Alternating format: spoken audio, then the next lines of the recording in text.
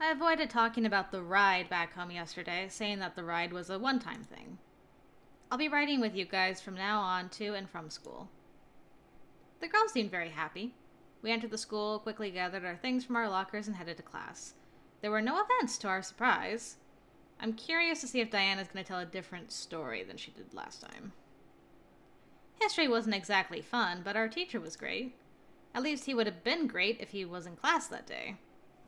Naomi and Suzu took their seats around me.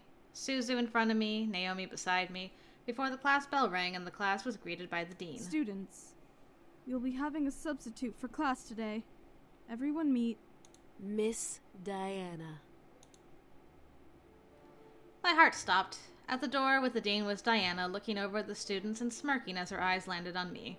She strutted to the teacher's desk, ignoring, or welcoming, the whispers from the other students before sitting on the wood and crossing her legs. Thank you, Dean. You can go now.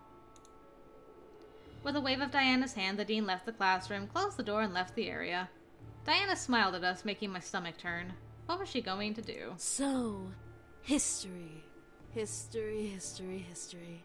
Such a silly thing, isn't it? I mean, what do we care about the past? We're in the present.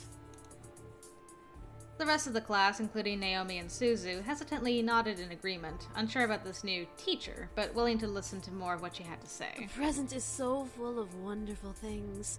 While the labors of the past are the reason we have many things, it is our chance and privilege to utilize what has been given to us. Her charm was almost infectious. The class was practically starting to eat out of her hand. I looked around to see classmates grinning and agreeing with Diana. I pressed my lips together as I listened further. I had no choice. What's even funnier about human beings is that some of the bits of history we hear is either made up or completely biased to one side. It's like a story you read as a child. You hear of the princess and the prince, and they live happily ever after. But what about the family she left behind? What of her friends? The students listened and agreed intently to her words. I could tell, however, that these words were all targeted at me. The original story of the Little Mermaid, a perfect example of biased opinion. Here we have a girl who thinks she can be with this prince, but this prince has to marry a princess. Okay, so you're going to tell the same story again. Maybe I'll just skip through this since we're not really on your route. And I'm going to pick the same options that I did last time anyway. I think when I'm doing Sam's, I'm going to be more outspoken. But for Erik, I won't. Keep quiet. Not a word. Ooh. Okay, so she kissed me, and I went, Erik. Suddenly, Diana stopped in her tracks. Erik? Who is... It then dawned on her. Ah, one of the boys. Why did you tell me which boy is Erik? I felt myself nod in compliance to the sweet jazz. The second.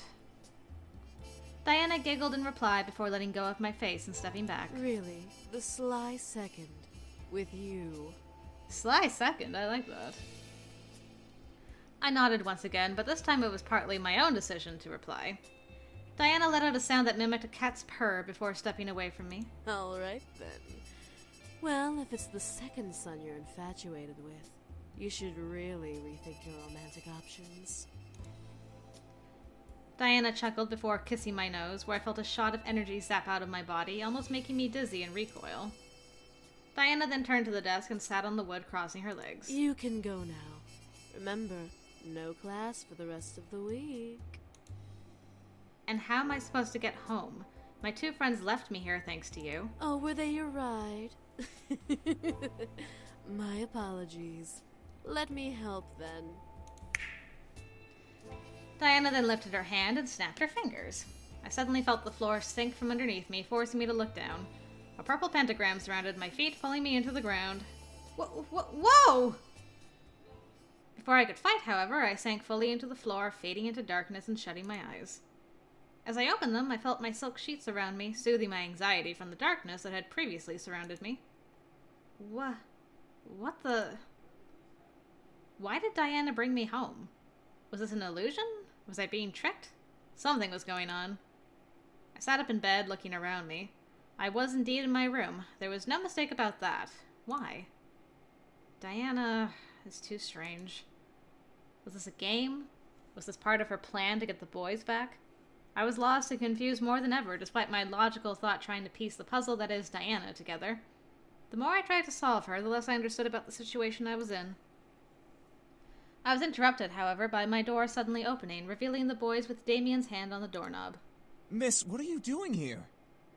Aren't you supposed to be in school?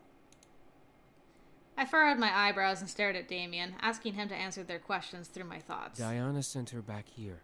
She invaded her school and sent all the students back home. What is that bitch up to? Seriously! Diana's playing around for no reason. Maybe it's part of her plan. The boys continued to argue back and forth about Diana, feeling an almost jealous curiosity in me. Damien seemed to be too deep within the talking to notice my thoughts, for he didn't even stop talking alongside his brothers. Why was Diana after them? Why did she want to bring them back? What was so important about the boys that she would travel to the human world to get them? What was going on? I decided enough was enough. I needed answers. Hey! The boys stopped arguing, staring at me in surprise. I held my hands and fists on my lap, mustering the courage to continue to speak despite my abrupt shout. Why is Diana here? Why does she want to bring you all back? What exactly did you all run from? Why did you run from it? Miss, Don't miss me. Please. I need to know what is going on. I won't be left in the dark about this. I want to know what I'm facing. The boys looked at each other hesitantly, unsure of what to reply. Finally, Sam pushed Damien towards the bed, making him buckle and land on his knees with his torso over the edge of the mattress. Damien, do the thing. The thing? What thing? Sam, you're not suggesting. Why not? She deserves to know everything, especially if Diana is targeting her. I mean, you already showed me where you came from, Erik. It's fine. Sam's right. I guess we have no choice then. I was getting confused. What was Damien about to do? Damien stood before climbing onto the bed with me, sitting across from me on his knees. We're going to show you everything. You have to trust me, okay? The minute you stop trusting me, the vision will stop. Vision? Princess, please trust him. I looked to Erik, unsure of what was going on, but I nodded. If this was the only way to learn, then this was my chance to know. Damien gently placed his hands on each side of my head, gently pressing his thumbs into the skin above my eyebrows. I could only stare at Damien as his eyes began to glow gold and energy began to be both pulled out of me and forced into my head. Within seconds, my vision went black once again. I was unsure of what Damien was doing, but soon shapes and textures slowly began to appear around me. I found myself sitting on a stone floor in the middle of what looked like a fantasy throne room. Where am I? I looked down at myself to stand, only to see my body as translucent as a ghost. Whoa! I jumped up and inspected my hands in a sudden panic. I was see-through.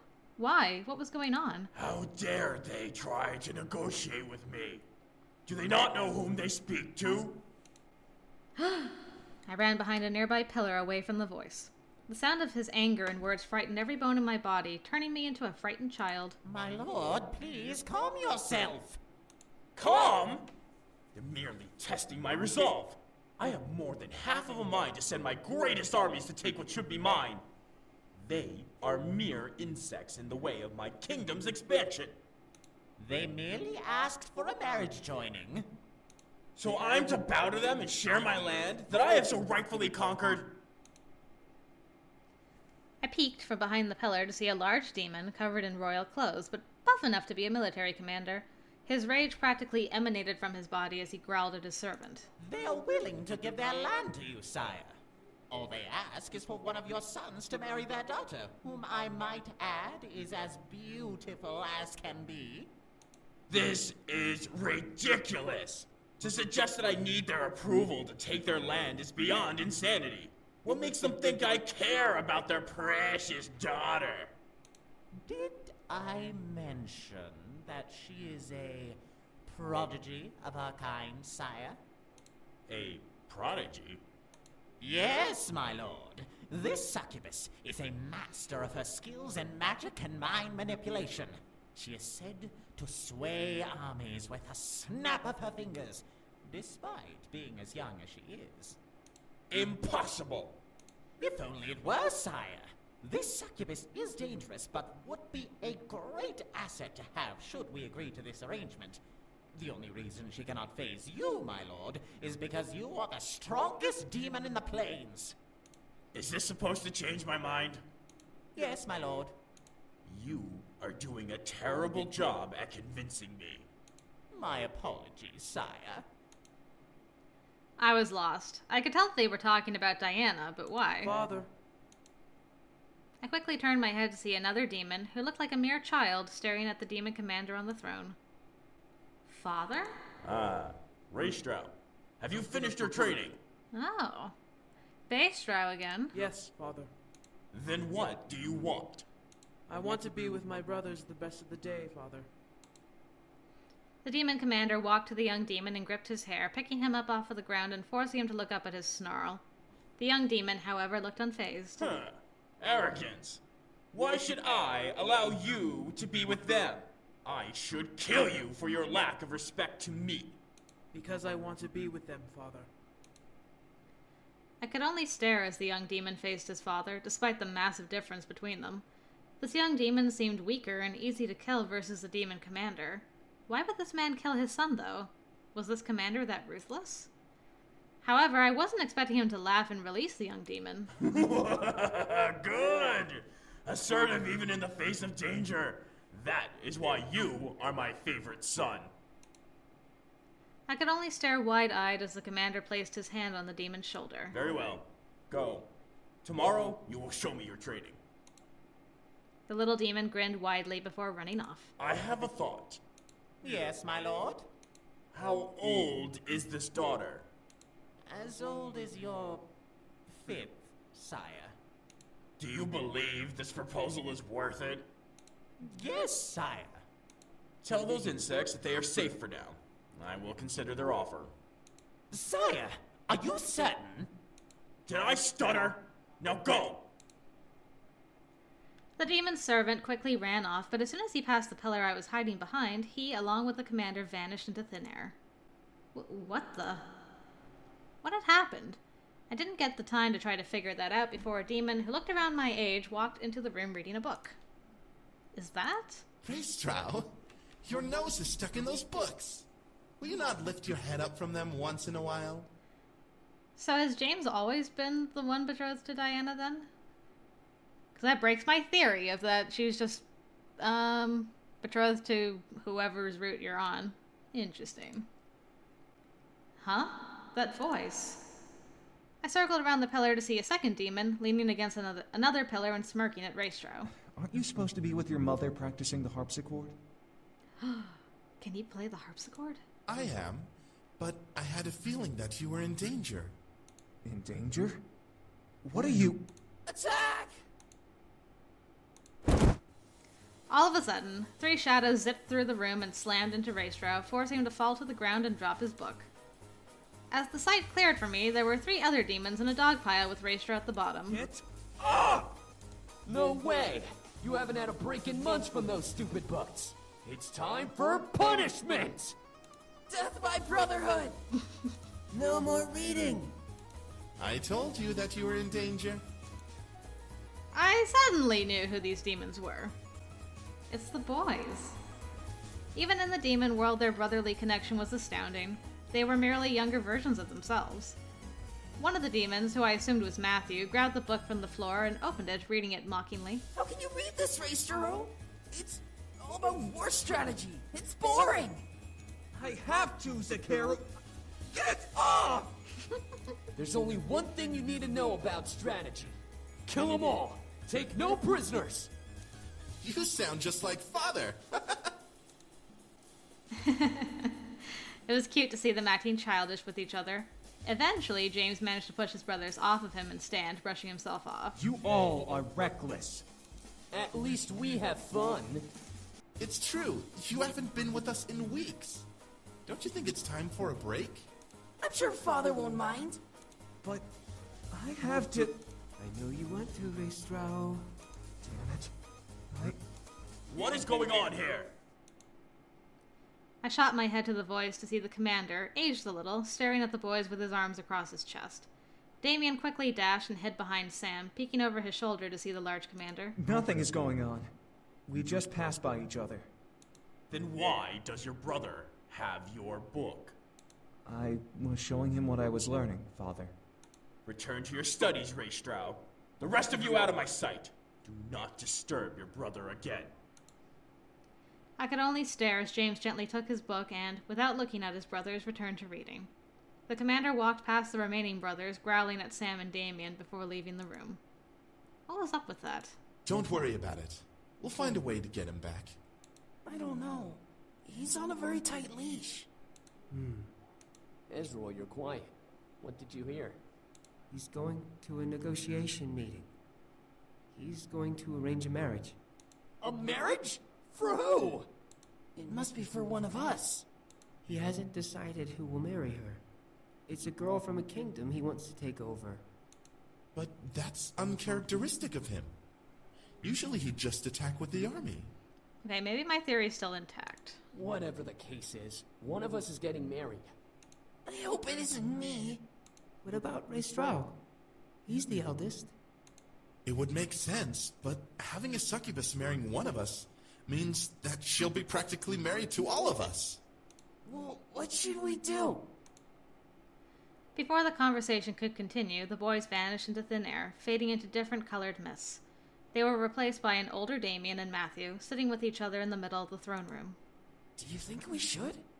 I really want to. I want to as well. Still, it'll be hard to convince Raystraw, since he's the one about to be married, and he's the favorite. Okay, so now it's still James, darn it. We don't know that, Zakeru. Maybe she's set to marry you. No way! I don't want to get married. I don't think you'll have a problem with that baby face of yours. I looked over to see Sam join the duo, crossing his arms and raising an eyebrow at his brothers. What are you two talking about? We got into contact with the human world again. Come on, Ezreal. You give humans too much attention. No way, you gotta listen. They apparently have stores and books and schools and stuff.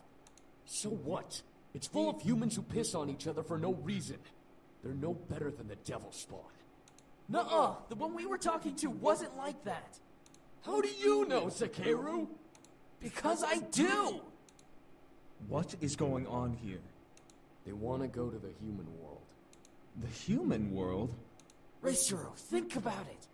You won't have to marry that girl and be the heir anymore. You could be with us, and we can make lives for ourselves in the new world. Now you're just talking nonsense.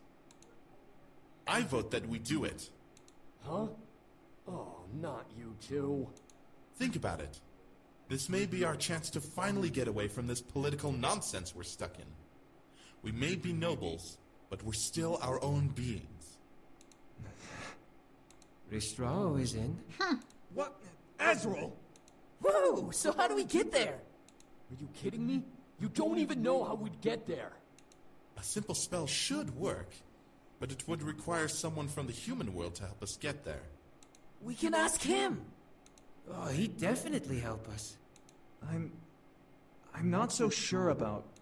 Raystraw, aren't you tired of pleasing Father all of the time? I am, but... If you stay, you'll be married off and become ruler of Father's kingdom.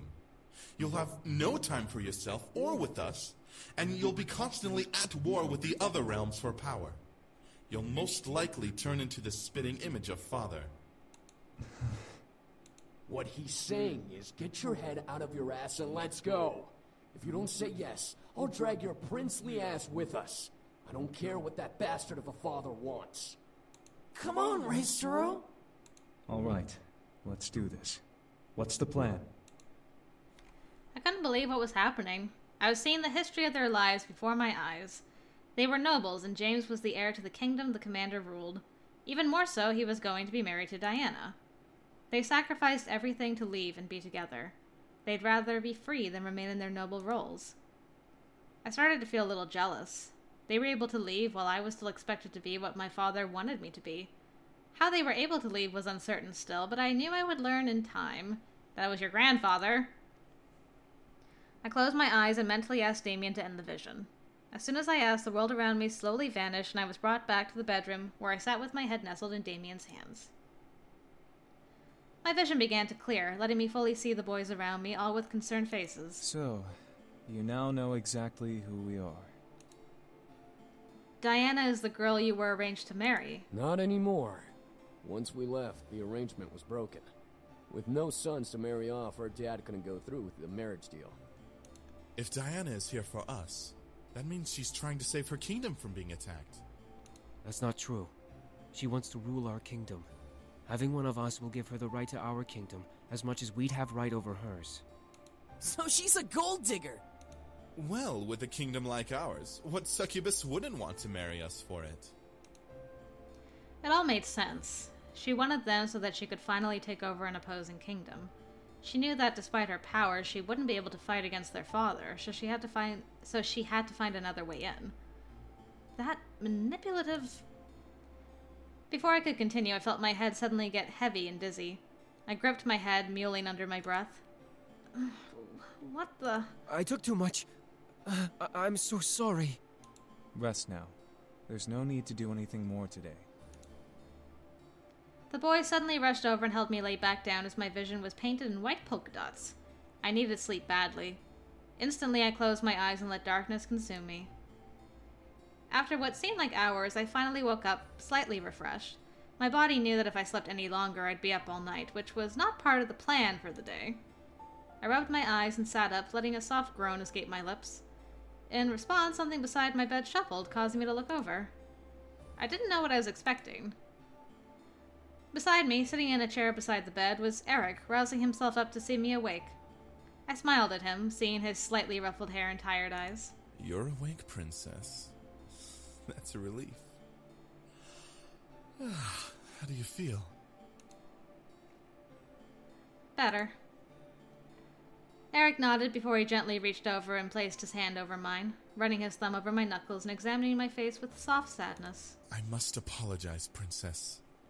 To see you be hunted by both demons and devils, I feel entirely responsible. Erik, it's not your fault. No, forgive me, but I can't stand the thought of them hurting you. If we had never come, you'd never be in danger. I quickly reached over and put my finger on his lips, stopping him from going any further. I didn't want to hear any more. Erik, it's okay. I wanted to help you out. I offered to let you all stay. Nothing is your fault. I gently moved my hand and cupped Erik's cheek, staring at him with concern. I didn't want him to hold guilt in his mind about this whole ordeal. Diana was desperate, and she'd hunt anyone for them. It wasn't his fault she was desperate enough to hunt them down. However, I was curious. So, Erik, you're a noble. Erik chuckled before he stared at the hand he was caressing with a soft smile. Yes, I'm a noble. My brothers and I are nobles. Well, I guess I should say were now, shouldn't I? Were? James was the demon prince when we lived in the Abyssal Plains. The others and I were simply nobles living in the castle, simply because of our bloodline. Should James fail or die, we were the replacements. Well, we didn't want to live like that, as simply replacements over our brother. So we all wanted to leave and be an actual family. That's sweet. What was it like while you were there? Well, to put it simply, it was boring. James was constantly being trained while the rest of us had to constantly entertain ourselves without disturbing him. I, however, was also being trained under the guidance of my mother. You were the Loki of the group. Your mother? Yes, she was a lovely woman. I never knew what she looked like. Huh? That made no sense. How could he not know what his own mother looked like? Erik, as if he read my mind, smiled and chuckled at the confusion on my face. Our father had multiple wives. James, myself, Sam, and Matthew came from these very women. But tensions grew high when Damien was born outside our father's marriages. Oh, what a scandal. In order to quell the tension, our father had a powerful demon mage turn our mothers into simple, floating spirits. They lived, but they could not have physical form. Sheesh. That's horrible. It is, but which is better? A house where the sons of the Demon Lord could have their birth mothers, or watching these very women claw at each other's throats out of jealousy, leaving the sons with no true parental guidance? Our father didn't have time for anyone but James, so the rest of us needed someone to make sure we didn't grow up to be incompetent. Erik had a point. It was horrid, but it was a logical point. I bit my lip and nodded in understanding. Erik gently brought my hand up to kiss my knuckles. Would you like to see what I mean instead? I stared, trying to understand what he meant. However, as the memory of when he showed me the Demon Palace replayed in my mind, I nodded and let my curiosity guide me. Erik smiled before simply holding out one hand to me and letting a small breath rush against his palm. Instantly, the flower Erik had given to me appeared in his hand, making him smirk and making me blush. You kept it. Good. Erik wrapped his fingers gingerly around the stem, giving it the magic it had been given before, and casting an aura-like mirror before me. I peered in to see the castle main hall once again. The memory of being in that hall, albeit by magic, sent a small shiver down my spine. I watched, however, as a very familiar demon walked arm in arm with a woman with cat ears and a tail down the walkway. Tiffy, my sweet kitten, you truly astound me. Whatever shall I do with you? Well, aren't you cute? Stop it, you're making me blush.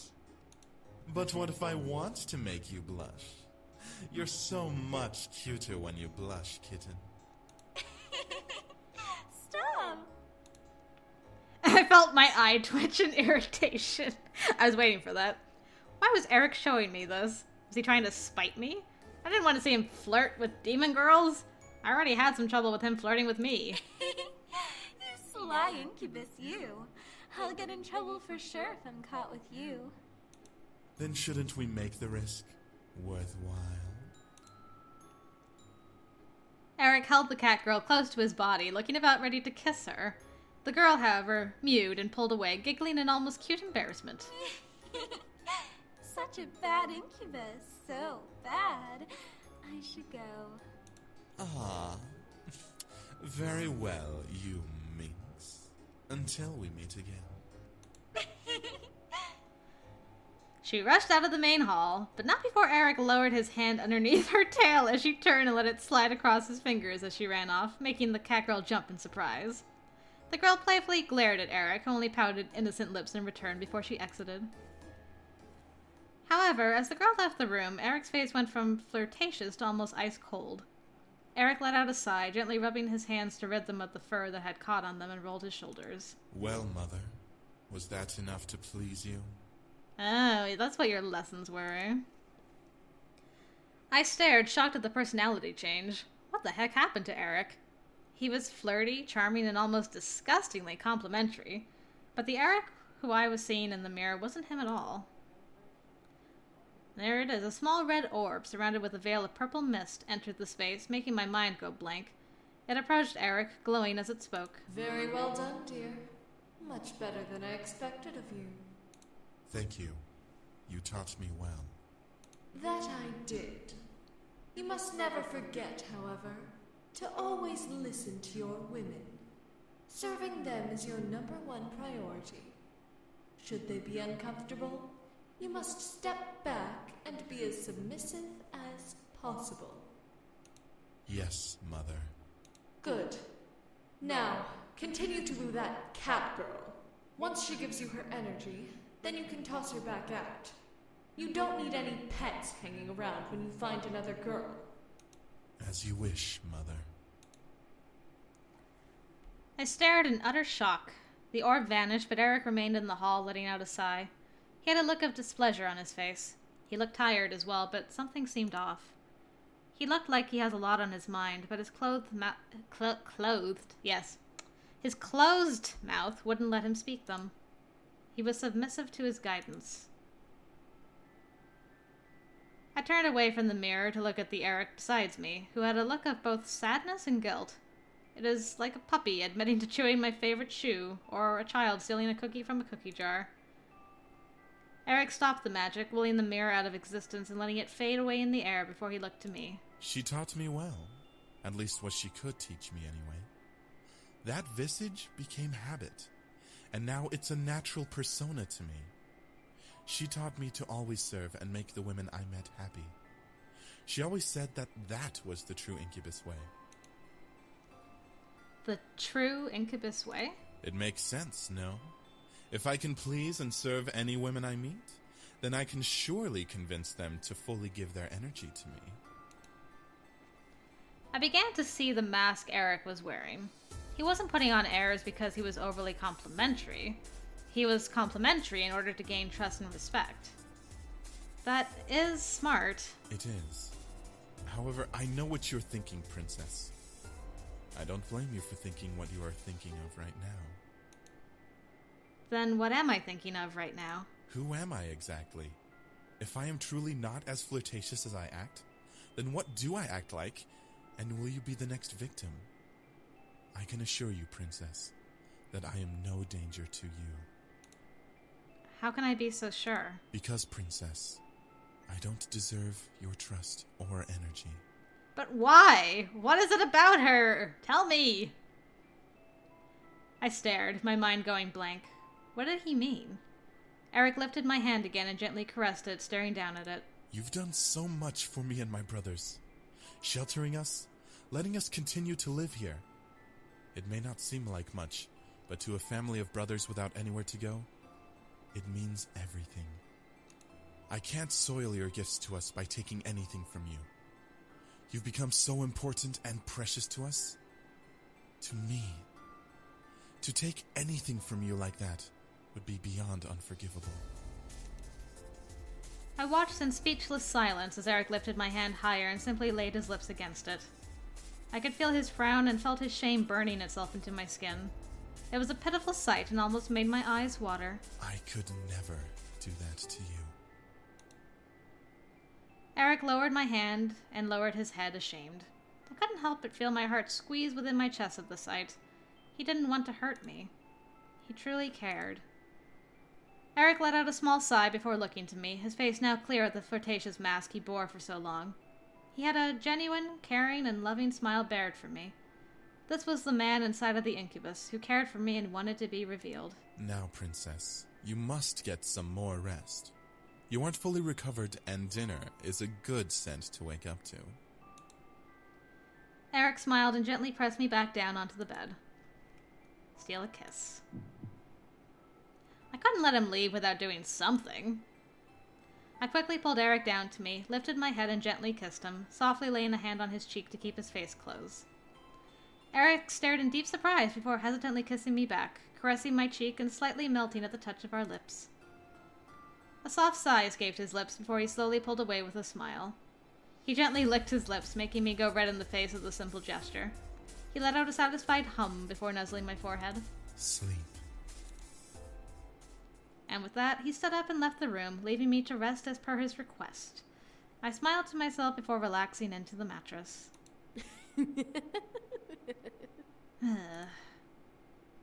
Suddenly tensed up. I felt majorly uneasy. Something wasn't right.